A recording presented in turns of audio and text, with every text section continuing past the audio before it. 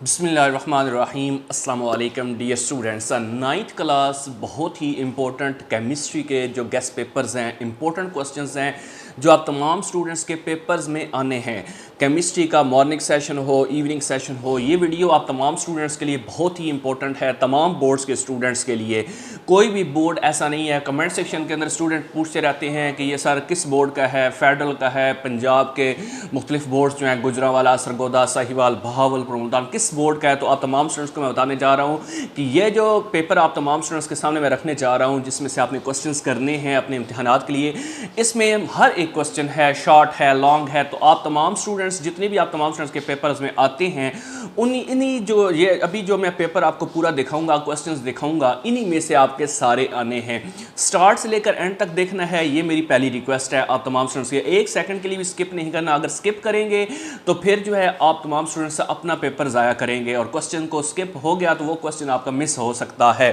تو آپ تمام اسٹوڈنٹس کو مکمل اپڈیٹ پہلے میں دے دیتا ہوں، پھر اس کے بعد میں لے کے چلتا ہوں آپ کو گیسٹ پیپرز کی جانب، جو پیپر آپ کے کوسچنز پیپر آنے ہیں پیپر کے اندر۔ تو آپ تمام اسٹوڈنٹس سے ریکویسٹ ہے سٹارٹ سے لے کر اینڈ تک دیکھیں۔ چینل پہ نئے ہیں تو آپ کو ویلکم، سبسکرائب نہیں کیا ہوا تو لازمی طور پر خان ٹیچنگ کو سبسکرائب کریں، ویڈیو کو لائک اور شیئر ضرور کریں۔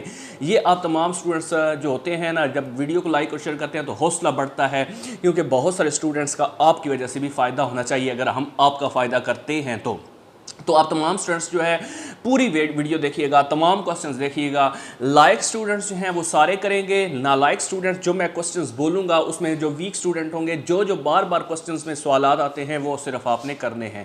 تو ویڈیو کو پلیز لائک اور شیئر کریں، چینل پہ نئے ہیں تو آپ کو سبسکرائب لازمی کرنا نہ بھولیے گا۔ تو آپ تمام اسٹوڈنٹس کو میں اب لے کے چلتا ہوں امپورٹنٹ گیسٹ پیپر کی جانب، اور دیکھتے ہیں کون کون سے امپورٹنٹ کوسچنز کیمسٹری کے پیپر میں آ سکتے ہیں۔ تو ہم آ چکے ہیں اہم شارٹ کوسچنز کی جانب۔ انگلش اردو میڈیم کے تمام اسٹوڈنٹس جو ہے مکمل طور پر دیکھیے گا سٹارٹ سے لے کر اینڈ تک۔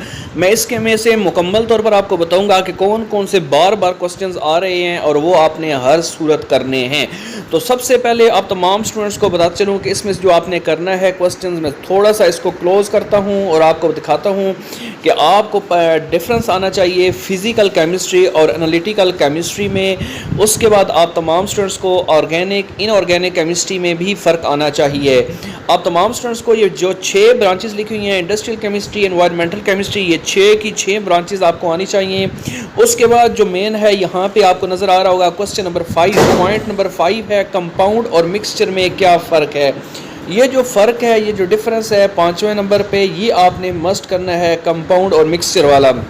اس کے بعد یہاں پہ جو چھٹا کوسچن ہے وہ ہے ریلیٹیو اٹامک ماس اور اٹامک ماس یونٹ سے کیا مراد ہے، یہ آپ نے ہر صورت کرنا ہے۔ 7ویں نمبر پہ امپیریکل فارمولا اور مالیکولر فارمولا، اس میں کیا فرق ہے، یہ آپ نے ہر صورت یہ بھی کرنا ہے۔ اس کے بعد آپ نیچے آ جائیں کوسچن نمبر 11، 12 جو ایووگیڈروز نمبر اور مول والا کوسچن ہے، یہ دونوں آپ نے ہر صورت شارٹ کوسچن کے طور پر کرنے ہیں۔ اس کے بعد یہاں پہ آپ کو جو 14 کوسچن ہے اور 15 جس میں کیتھوڈ ریز کی پراپرٹیز، کیتھوڈ ریز کی خصوصیات آپ کو آنی چاہیے، اور اس کے بعد کینال ریز کی پراپرٹیز یعنی پراپرٹیز آف کینال ریز 15ویں نمبر پہ، یہ بھی آپ تمام اسٹوڈنٹس کو پتہ ہونا چاہیے۔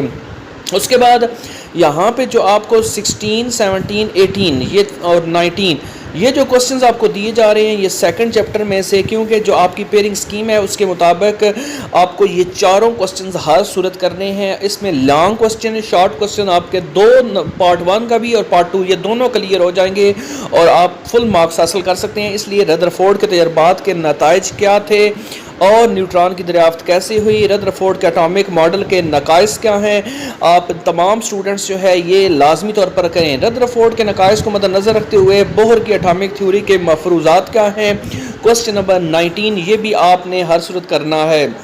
اس کے بعد یہاں پہ آپ کو 21 پہ دیا جا رہا ہے ایلیمنٹس کی الیکٹرانک کنفیگریشن کا ٹیبل لازمی کریں۔ آپ یہ ٹیبل چھوڑ دیں، صرف الیکٹرانک کنفیگریشن کی ڈیفینیشن کر لیں۔ اس کے بعد آئسوٹوپس کے 2 استعمالات آنے چاہیے، یہ آپ نے ہر صورت کر لینے ہیں۔ جو آپ کو میں نے بتائے ہیں یہ تو آپ نے مسٹ کرنے ہیں۔ ابھی آپ تمام اسٹوڈنٹس کو بتاتا ہوں کوسچن نمبر جو 24 ہے اور 25 ہے، اس میں آپ کو تمام اسٹوڈنٹس جو ہے کاربن ڈیٹنگ کی ڈیفینیشن ہر صورت کر لیں. 25 پہ پیریاڈک لا کیا ہوتا ہے یہ ڈیفینیشن بھی آپ نے ہر صورت کرنی ہے. اس کے بعد 26 پہ اگر ہم بات کریں شیلڈنگ ایفیکٹ کیا ہوتا ہے اور شیلڈنگ ایفیکٹ کا پیریاڈک ٹیبل کے اندر یعنی رجحان کیا ہے گروپ اور پیریڈ کے اندر یہ بھی آپ نے ہر صورت کرنا ہے.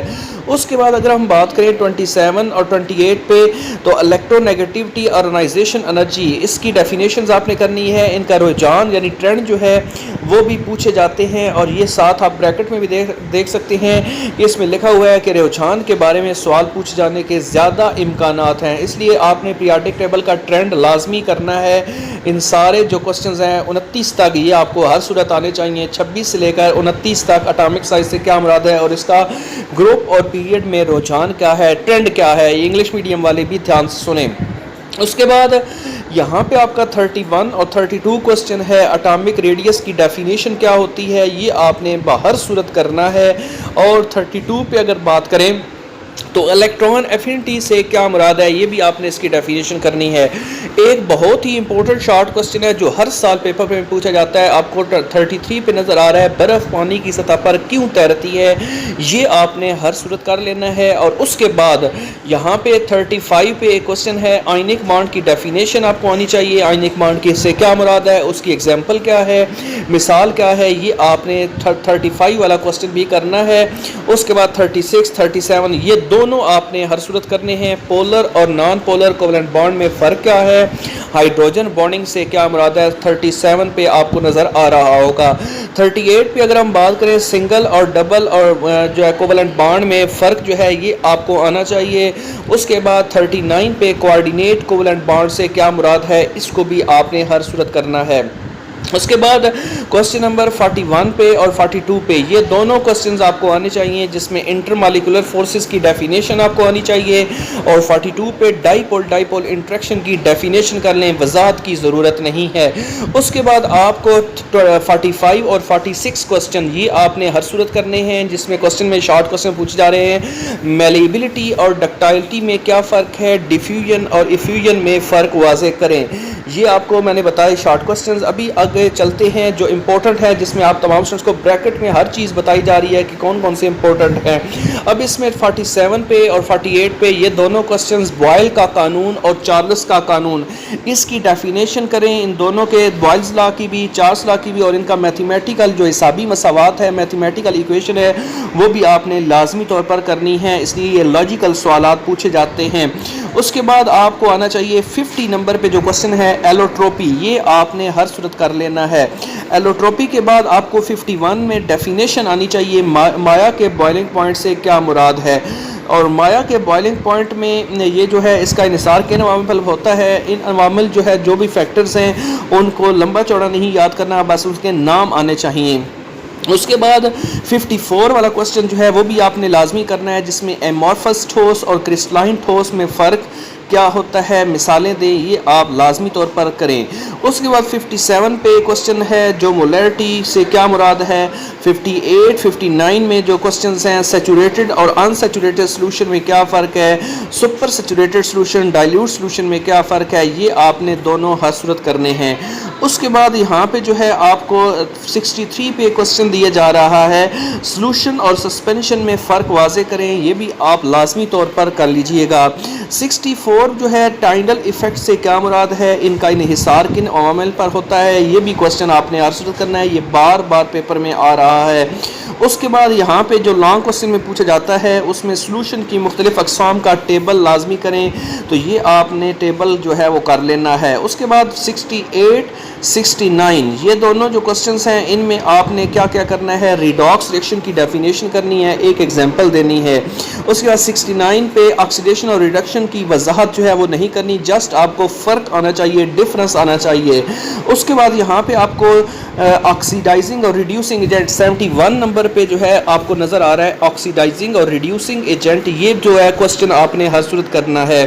اس کے بعد یہاں پہ آپ کو طاقتور اور کمزور الیکٹرولائٹس میں فرق پوچھا جا رہا ہے 72 پہ یہ آپ لازمی طور پر کریں اور ساتھ ایگزامپلس کے ساتھ کریں جس میں اسٹرانگ الیکٹرولائٹس اور ویک الیکٹرولائٹس کے بارے میں آپ نے بتانا ہے.